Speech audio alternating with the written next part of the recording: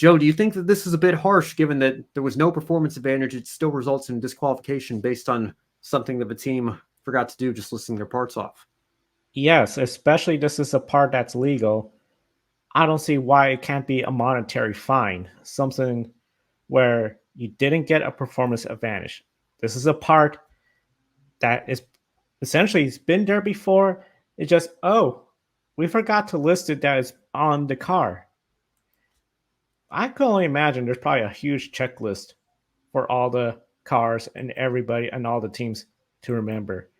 So overall, to say because of this, despite it not giving you any sort of advantage, no advantage at all. The rule says you're disqualified, so you go from winner, the big trophy celebration, celebrating with the crowd because they bring the entire crowd right up to the podium where they give you the trophy. You spray champagne with the team. Antonio Félix da Costa even did his customary finest swimming pool, jump in there, still in his fire suit, bringing the trophy, all the celebration. And then 5 hours later, and you're disqualified because your team forgot to list a part, which is legal, and it didn't give you advantage. Come on. A monetary fine, I think, could have gotten the point clear that, hey, teams, just remember to do this.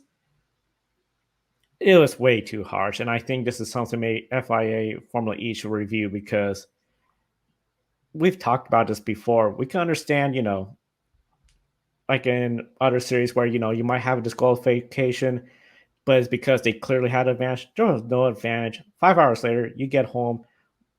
If you didn't watch the news, you came to the racetrack again. It's like, what do you mean DeCosta didn't win? I saw him win. Well, long story short, he didn't. Way too harsh.